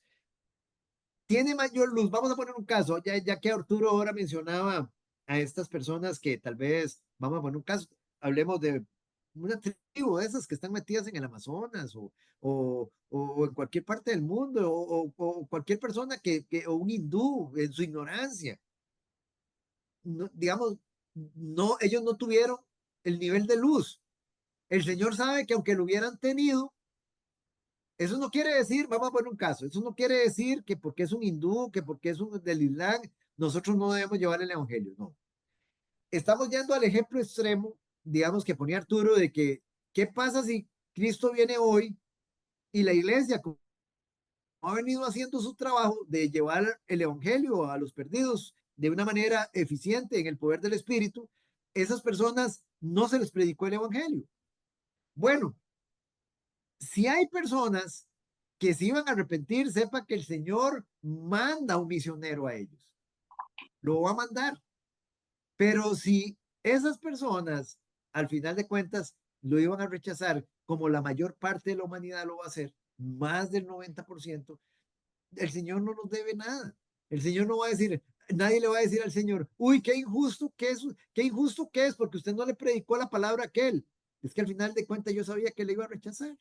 El Señor no le debe nada. El Señor no nos debe nada. Nosotros le debemos todo a Él y debemos darle las gracias a Él de que nosotros, digámoslo así, el Señor se nos presentó y nosotros respondimos a su amor, respondimos a su gracia. Entonces, debemos reconocer siempre que el juicio de Dios en cuanto al hombre nunca es ni será inmerecido ni cruel, sino una consecuencia de su justo carácter y una parte necesaria de su gobierno. Un Dios que pase por alto el pecado y no juzgue la maldad, y esto es muy importante, un Dios que pase por alto el pecado y no juzgue la maldad, no es un Dios amoroso, no es un Dios bueno y justo. Y eso es muy importante, hermano, que nosotros lo tengamos presente, porque si Él realmente es un Dios de amor, Él va a ser infinitamente justo y no va a pasar a nadie no va a pasar por inocente al culpable, porque Él es un Dios de amor. Y Él, digámoslo así, en su amor, Él es infinitamente justo. Una creación donde la maldad no fuera restringida y juzgada, hermanos, pronto se autodestruye ella misma. Es por la gracia de Dios, precisamente hoy, la gracia de Dios es precisamente por su iglesia que la que detiene, digamos, el avance de la corrupción del pecado. Es la gracia de Dios. Pero una vez que la iglesia sea quitada de en medio, la corrupción todavía se va a extender mucho más y eso va a ser para los tiempos de la tribulación. Va a ser mucho más difícil arrepentirse en la tribulación que ahorita. Algo de vital importancia es saber que Dios en su eterno amor, en su justicia, en su santidad, le ha revelado a todos los pueblos sin excepción y según las Sagradas Escrituras, su inmutable estándar moral a la humanidad. Por medio de dos maneras, era lo que estábamos hablando ahora. Por medio de dos maneras distintas, de modo que los hombres no tienen excusa. Ahora, esto que nosotros ahora le hablábamos a Arturo, porque él tocó un tema muy importante. Quiero que ustedes vean ahora, digamos, lo que dice Pablo. La humanidad no tiene excusa. La humanidad no, digamos, no puede bajo ninguna circunstancia reclamarle nada a Dios. Dios se ha revelado detalladamente a algunos hombres de la siguiente forma. Vamos a Romanos primero. Vea, esta es una primera forma como Dios se revela. Romanos capítulo 3, versículo 2. Romanos 3, versículo 2. Doña Elisa. Dice. Veamos desde el Romanos 1, el versículo 1 y 2. 1 y 2. Sí. Vamos a ver, dice, ¿qué ventaja tiene pues el judío? ¿O de qué aprovecha la circuncisión? Mucho, en todas maneras. Primero, ciertamente que le ha sido confiada la palabra de Dios. Muy bien. Los judíos tenían una ventaja sobre los gentiles. A los judíos le fue confiada la palabra de Dios. A los judíos le fue confiada la revelación escrita, las sagradas escrituras. Entonces ahí tenemos una forma en cómo Dios se revela al hombre, por medio de las sagradas escrituras. Dios se revela al hombre por medio de las sagradas escrituras. Es interesante, hermanos, quiero ponerles un ejemplo. Esto es digamos, es importante que nosotros lo sepamos. Resulta que digamos, hay un decreto de ley, digamos, que me impide a mí realizar cierto acto, pero yo no lo conozco. El decreto está, pero yo no lo conozco. Y yo llego e infrinjo ese decreto, en mi ignorancia lo infrinjo. La pregunta es, si a mí me sorprende un oficial infringiendo ese decreto, ese mandato, ¿me sirve de algo que yo sea ignorante del conocimiento de ese decreto? Les hago la pregunta. No. No, no. Y yo tuve una experiencia de eso hace un tiempo atrás, digámoslo así, y digamos de algo, digamos, a mí, digamos, bueno, pues muchos los hermanos que ya vienen aquí nos acompañan saben que por aquí pasa una quebrada y esa quebrada se crece, pero cualquier cantidad. Cuando nosotros vinimos a esta propiedad, ya estaba la tapia hecha. La tapia ya estaba hecha. En una de las crecidas de la quebrada, digámoslo así, el río entró y de la quebrada entró y me derribó una parte de la tapia. En esa emergencia, digamos, porque lamentablemente, digamos, hoy en día en las quebradas deambulan muchas personas, digamos, lo que llaman los famosos, bueno, piedreros recogiendo chatarra. Y ellos no solo recogen el río, sino que recogen cualquier cosa que esté mal puesta. Entonces, en aquel momento, para darle protección nuevamente a la propiedad, inmediatamente así, en aquella urgencia que yo tenía, empecé a levantar nuevamente la tapia como yo la tenía, así era como la había comprado la propiedad. Pero había un oficial del MINAE donde yo la estaba levantando. Y me dice, usted no puede levantar esa tapia. Le digo, pero ¿por qué es que el río me la botó? Mire, yo no la estoy levantando, ya estaba puesta, usted no la puede levantar. Y yo en ese momento, digamos, preso digamos, de la necesidad de cerrar por la seguridad de mi familia, yo la cerré y él me demandó. O sea, a mí, o sea, no sirvió de nada de que yo, digamos, un ejemplo, digamos, de las circunstancias que me estaban pasando. Y no me sirvió de nada el no saber que yo no debía haberlo hecho. Era una ley que yo no podía hacerlo. Inclusive hasta me condenaron y todo. Nada más se los digo. Entonces, ¿por qué pongo este ejemplo, hermanos? Porque el, el usted ignorar la ley de Dios no lo exonera de las consecuencias que usted pueda tener. ¿Me entienden el punto? O sea, la ignorancia no la exonera a usted de las consecuencias de las transgresiones que usted está cometiendo contra Dios. Ese es el punto, ese es el ejemplo. O sea, nadie puede aducir desconocimiento de la ley si ya la ley está dada. Eso fue lo que a mí me aplicaron. Igualmente Dios se lo aplica a uno. Nadie puede aducir con desconocimiento de la ley porque ya la ley Dios la dio. Ahora, usted no la conoce por muchas razones, por ignorancia, por negligencia, por lo que sea, pero la ley de Dios está dada y vamos a ser juzgados por el nivel de luz. Entonces, aquí tenemos, digamos, una primera revelación por medio de las Sagradas Escrituras. Él también ha revelado su voluntad a todos los hombres de manera general por medio de la ley que está escrita en el corazón del hombre, como le hablábamos ahora a Arturo. ¿Y dónde nos dice eso? Vamos a Romanos, capítulo 2, versículos del 12 al 16, doña Maggi. Del 12 al 16, vean ustedes esta parte acá. Romanos 12, Romanos 2. 2, Romanos 2. 2, Ok. versículo 12 al 16. Ok, bueno. Porque todos los que sin ley han pecado, sin ley también perecerán. Y todos los que bajo la ley han pecado, por la ley serán juzgados. Porque no son los oidores de la ley los justos ante Dios, sino los hacedores de la ley serán justificados. Porque cuando los gentiles que no tienen ley hacen por naturaleza lo que es de la ley, estos, aunque no tengan ley, son ley para sí mismos, nos mostrando la obra de la ley escrita en sus corazones, dando testimonio su conciencia y acusándoles o defendiéndoles sus razonamientos. En el día en que Dios juzgará por Jesucristo los secretos de los hombres conforme a mi evangelio. Muy bien. Entonces, el punto es, aquí ustedes lo pueden ver. O sea, Dios escribió su ley en los corazones de los hombres.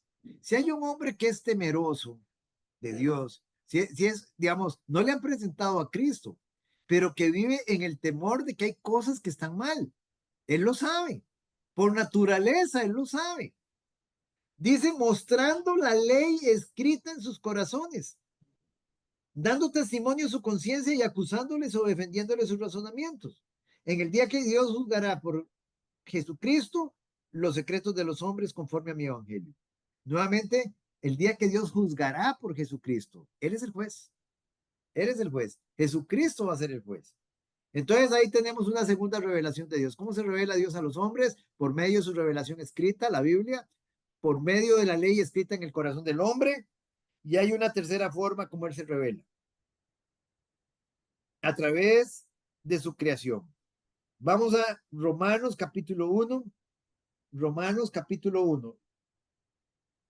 Y vamos a leer, doña Elisa, le hace por favor del versículo 20, el versículo 20. 1:20. Romanos 1:20. 1:20. Porque las cosas invisibles de él, su eterno poder y deidad, se hacen claramente visibles desde la creación del mundo, siendo entendidas por medio de las cosas hechas, de modo que no tienen excusa. Ahí está. Hermanos, es más, si leemos el 19 dice, porque lo que de Dios se conoce, les es manifiesto, pues Dios lo manifestó. Porque las cosas invisibles de él, su eterno poder y deidad, se hacen claramente visibles desde la creación del mundo, siendo entendidas por medio de las cosas hechas, de modo que no tienen excusa. Cuando usted tiene duda de la existencia de Dios, solamente vea su creación, vea su creación, explíquese cómo una semilla, usted la siembra y sale un tallo, y sale una planta. Explíquese cómo la concepción del ser humano, cómo Dios lo entreteje y lo forma dentro del vientre. Explíquese, digamos, como decíamos, por qué el sol no nos quema, no nos quema. Digamos, no da más calor del que nos da, porque hay un creador, hay un diseñador. Eso nos lleva a nosotros a la existencia de un Dios. Y si es una persona que está entendiendo eso, que está entendiendo, esa persona está entendiendo eso, que Dios se está revelando por medio de la creación, está entendiendo que Él tiene, su conciencia misma le dice de que hay un Dios a través de su ley moral. Y todavía tiene la Biblia. Pablo dice, no tienen excusa. Vamos a un versículo más aquí, digamos, que está en Romanos, que nos va a dejar todavía bien clarito esto.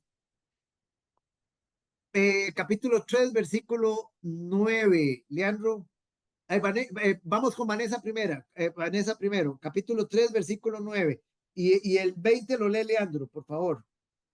Perdón, el 19, Leandro, 3:19 lo lee Leandro de Romanos y 3:9 lo lee Vanessa.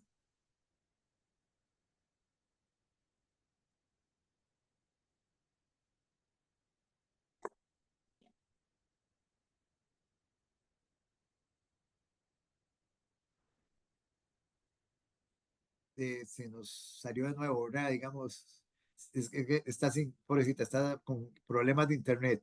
Eh, digamos, el que lo tenga ahí, el 3:9. Yo lo tengo. Muy bien, doña Evelyn. ¿Qué pues? ¿Somos nosotros mejores que ellos? En ninguna manera, pues ya hemos acusado a judíos y a gentiles que todos están bajo pecado. Muy bien. Era lo que hablábamos ahora con Arturo. Toda la humanidad está bajo pecado. Toda está bajo pecado. Toda está bajo condenación. Toda. Entonces dice, Pablo está hablando aquí a la iglesia y dice, ¿qué pues?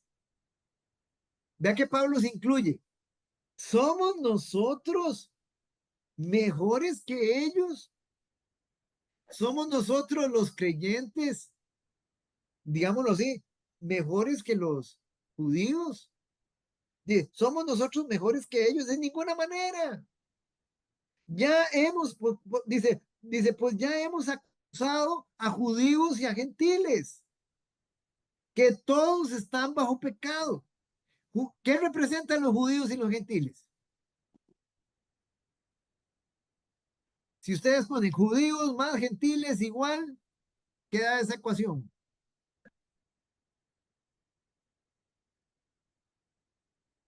¿Quiénes son los gentiles? Nosotros los que no somos judíos. Ah, exactamente. Entonces quiere decir que en el mundo solo hay judíos y gentiles, ¿cierto? Sí. Ok, judíos y gentiles está compuesto el mundo. Entonces, judíos más gentiles igual toda la humanidad. ¿Estamos de acuerdo? Judíos más gentiles, toda la humanidad. Toda la humanidad está bajo pecado. Y si toda la humanidad ha pecado, toda está destituida de la gloria de Dios. ¿Dónde podemos sacar eso? Vean Romanos 3:23. Ya vamos, Romanos 3:23. Arturo.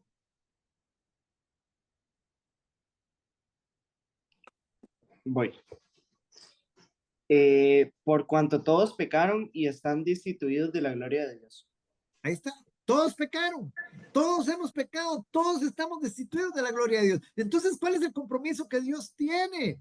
¿Qué nos debe Dios a nosotros? ¿En qué está obligado Dios si todos transgredimos su ley? Todos estamos perdidos, todos estamos condenados. Es su gracia y ya Él la ofreció a través de Cristo. Ese es el punto, hermanos. Él no tiene ninguna obligación con nosotros. Él es el Dios soberano. Vean ahora capítulo 3, versículo 19, Leandro. Pero sabemos que todo lo que la ley dice, lo dice a los que están bajo la ley, para que toda boca se cierre y todo el mundo quede bajo el juicio de Dios. Muy bien. Pero sabemos, dice Pablo, sabemos quiénes nosotros, los creyentes, sabemos que todo lo que la ley dice, lo dice a los que están bajo la ley. Y aquí tenemos que hacernos una pregunta. ¿Quiénes están bajo la ley? ¿Quiénes son los que están bajo la ley?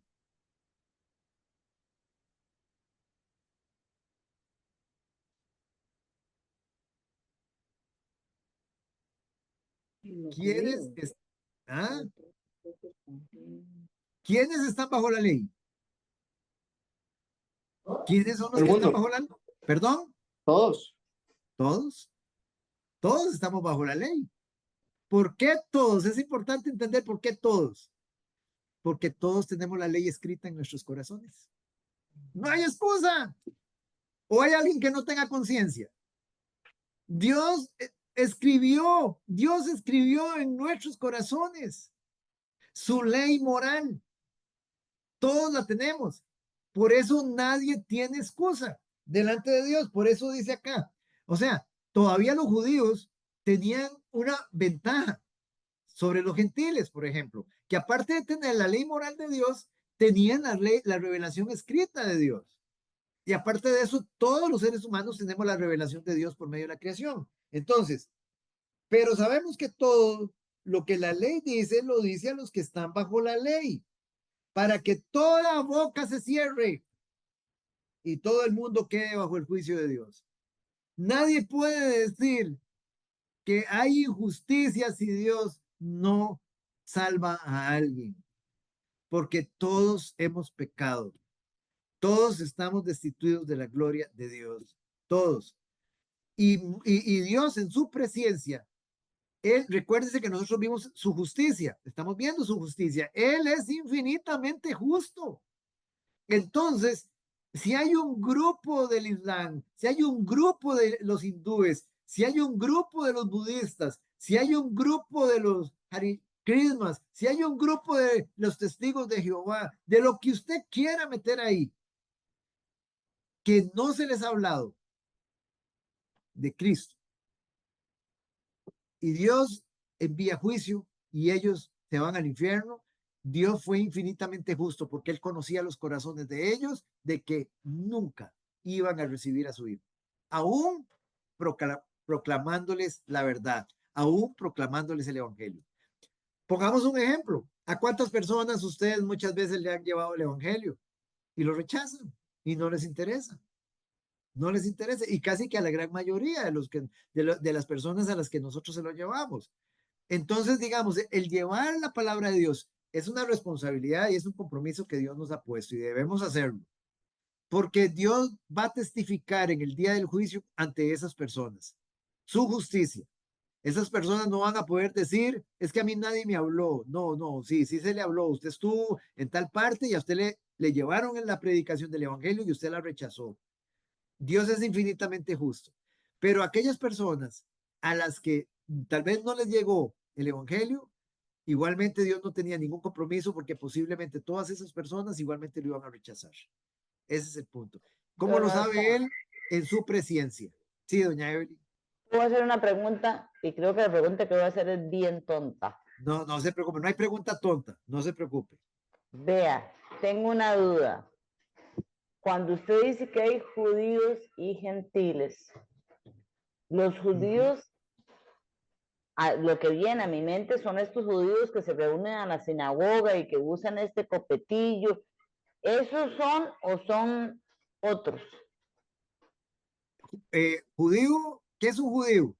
Veamos Sí, qué es un pues, judío. Primero preguntemos qué es un judío. ¿Qué nacionalidad era nuestro Señor Jesucristo? de Nazaret, es de Nazareno. Ese era el lugar, pero la nacionalidad, Israelita. él era un Israelita. israelita. Entonces, nuestro Señor Jesucristo es un israelita, es un judío. Él era un judío. Jesús era un judío. Era un israelita. Ok, Era entonces, un descendiente de Abraham, era un descendiente de David, digámoslo así. Entonces, él es un israelita. Entonces, los judíos, un judío es todo aquel que ha nacido en Israel, correcto. que tiene inclusive, que es hijo de padre y madre israelita, Ok, aunque viva en Costa Rica. De padre y madre israelita, él es un judío. Ok, ajá, entonces vamos a poner un caso. Hoy en día, para ponerlo, en aquel tiempo habían judíos y gentiles. Recuerden, no estaba la iglesia, todavía no estaba ajá, la iglesia. Judíos y gentiles. Los judíos eran Israel, el pueblo de Dios, y los gentiles eran todas las demás naciones que no conocían del Señor. ¿Estamos de acuerdo? Todos los que no conocían del Señor de las otras naciones, gentiles. Ok, ahora llevémoslo a tiempo presente. Hay judíos, ¿sí? Pero entonces la gente muchas veces dice, pero entonces, ¿cómo queda el asunto con los judíos mesiánicos, los judíos que se han convertido a Cristo? ¿Qué pasa con esos? ¿Siguen siendo israelitas? no. No, ¿ahora qué son? Ahora son la Tiene que iglesia. ser gentiles, porque si no son judíos, No, son gentiles. no, no pueden ser gentiles, no, ahora son la iglesia. Ahora, recuérdese que la iglesia abraza a todo ser humano que haya aceptado a Cristo. Y ahí hay judíos, hay gentiles, hay esclavos, hay hombres, hay mujeres, Ok, hay de todo. O sea, ya no hay ok, diferencia, dice Pablo en Gálatas. ok. ¿Me entiende? Entonces, Ujú. por ejemplo, los judíos mesiánicos, a ellos les gusta llamarse judíos mesiánicos, pero en realidad son cristianos, son parte de la iglesia de Cristo. Ellos han creído en Cristo y punto, están dentro de la iglesia. Ya digamos un ejemplo, ya ellos no se pueden tomar como judíos. Ahora, ¿quiénes quedan hoy como judíos? Aquellos, todos aquellos. Entonces, hablemos. Hoy, ¿quiénes forman parte de los judíos? Están los judíos, digamos, impíos, que no tienen absolutamente ninguna religión. Inclusive en Israel hoy la mayor parte de la gente es completamente impía. Son judíos, sí, pero son impíos. No tienen ningún conocimiento. No viven de acuerdo a las escrituras. ¿Ok? Y están los judíos ortodoxos. Estos judíos que para ellos siguen viviendo conforme al Antiguo Testamento. Ellos siguen viviendo con la idea de hacer el templo y lo van a construir. Y ya tienen todo para construirlo. ¿Por qué? Porque estamos a las puertas de la gran tribulación. Ellos ya tienen toda la instrumentación para los sacrificios. Pero lo interesante es esto. Ellos, digámoslo así, van a construir el templo porque ellos van a seguir con el sistema de sacrificios que tenían en el Antiguo Testamento porque para ellos el Mesías no ha venido. Ahora nos hacemos una pregunta. Esos judíos que están pensando en eso, que durante tantos años no han tenido templo, ¿cómo han estado haciendo para expiar sus pecados? ¿A dónde se han ido todos esos judíos ortodoxos? ¿A dónde se han ido? ¿Cómo expiaron ellos sus pecados? Si la expiación del pecado ahora es a través de Cristo en el nuevo pacto desde hace 2000 años. Qué triste con ellos. Es triste con ellos. Ya ellos son ahorita una religión falsa. Es una religión no verdadera. Es una religión obsoleta. Porque esa religión, digamos un ejemplo, nuestro Señor Jesucristo, la religión, estamos hablando, la religión quedó prácticamente abolida. Ahora estamos en el nuevo pacto. Es en el pacto en Jesucristo. Él vino a la cruz y expió los pecados de toda la humanidad. Todo judío igualmente como todo gentil tienen que ir a Cristo, tienen que ir a la cruz. ¿Alguna duda con respecto a eso? No, No, sé ya. si le queda claro, doña Evelyn. Sí, sí, sí, yo entendí porque yo siempre tenía esa duda, que ellos, digamos, como que viven muy en el pasado, entonces, ahora ya con esta última parte ya la entendí súper bien. Ok, estos judíos ortodoxos, ellos viven igual, como dice usted, como en el pasado, porque ellos viven conforme al Antiguo Testamento. Para ellos el Correcto, Nuevo Testamento no existe. El Nuevo correcto. Testamento no existe, pero hay judíos que sí se han convertido a Cristo y Ujú, ellos se hacen llamar judíos mesiánicos. Bueno, pero ujú, es que ellos no son, digamos, una religión especial, no, ellos ahora son parte del cuerpo de Cristo, ellos son parte de la iglesia. ujú, ujú. Ahora, Sí, ¿qué va a pasar con Israel? Eso es importante que lo sepamos. ¿Qué va a pasar con Israel? ¿Qué va a pasar? Bueno, hay una promesa de Dios para Israel. Dice que el remanente de Israel va a ser salvo. O sea, Dios va a salvar a Israel. A un remanente, a un pequeño remanente. Ahora, ¿de qué manera lo va a salvar? ¿A través de los sacrificios y del templo? No. Ellos van a reconocer a Cristo. Van a reconocer a Cristo en el tiempo de su segunda venida. Ellos lo van a reconocer por medio de, acuérdense, por medio de los 144,000. Los 144,000 son 144,000 judíos que van a salir sellados por el Espíritu Santo a predicar el Evangelio a quienes, a los mismos israelitas. Y ellos van a creer, porque ellos van a tener que salir huyendo del templo, porque en el templo, quien va a sentarse ahí en el templo, ¿quién va a ser? Las escrituras lo dicen. ¿Quién? El anticristo. El anticristo se va a sentar ahí, se va a revelar y se va a sentar ahí. Cuando ellos lo ven, ellos van a salir corriendo y va a empezar la persecución de ellos, de los judíos por medio del anticristo. Todo eso es en el tiempo de la tribulación.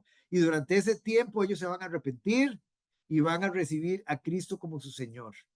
Y ya a las puertas de su segunda venida. Muy bien, familia. Entonces, vamos a ver qué nos queda por acá. Entonces, el problema es la rebeldía del hombre que niega y restringe la revelación, el conocimiento de Dios que ha recibido. O sea, el hombre, el impío, no solamente no acepta a Cristo, sino que también detiene el mensaje. Y esto, digámoslo así, es interesante porque vean, lo estamos viendo en el libro Hechos de los Apóstoles. Ayer que lo estudiábamos. Los 120 discípulos que están en ese momento hablando en otros idiomas, alabando a Dios, las grandezas de Dios, hablando de sus obras poderosas, y hay otro grupo de impíos, judíos, hipócritas, fariseos, que estaban haciendo, burlándose y diciendo que están borrachos. O sea, deteniendo el mensaje, digamos, que estaban dando los creyentes. Entonces, eso es lo que hace el hombre impío. ¿Dónde podemos ver eso? En Romanos capítulo 1, versículo 18. ¿Qué nos dice Romanos 1, 18? Vamos con Leandrito.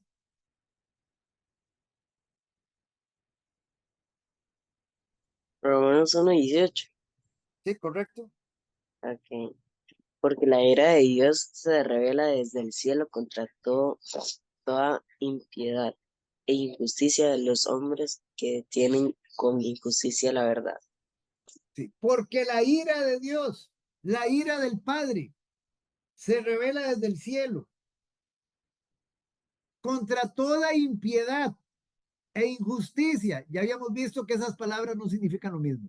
Impiedad e injusticia. ¿Recuerdan? ¿Alguien me explica qué significa impiedad y qué significa injusticia? Ya lo habíamos explicado.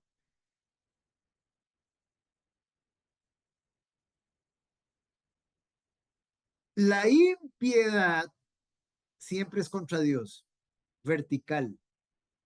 La injusticia siempre es contra los hombres, horizontal. Entonces la ira de Dios se revela contra toda impiedad que nosotros cometamos en contra de Dios y contra toda injusticia que nosotros cometamos en contra de los hombres.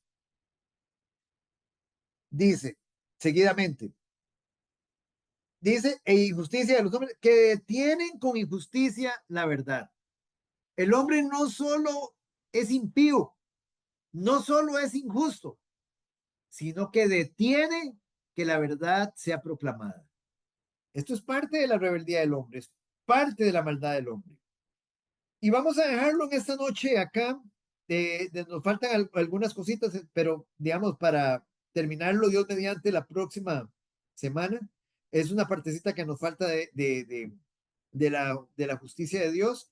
La próxima semana lo vamos a culminar. ¿Alguna duda hasta el momento, familia?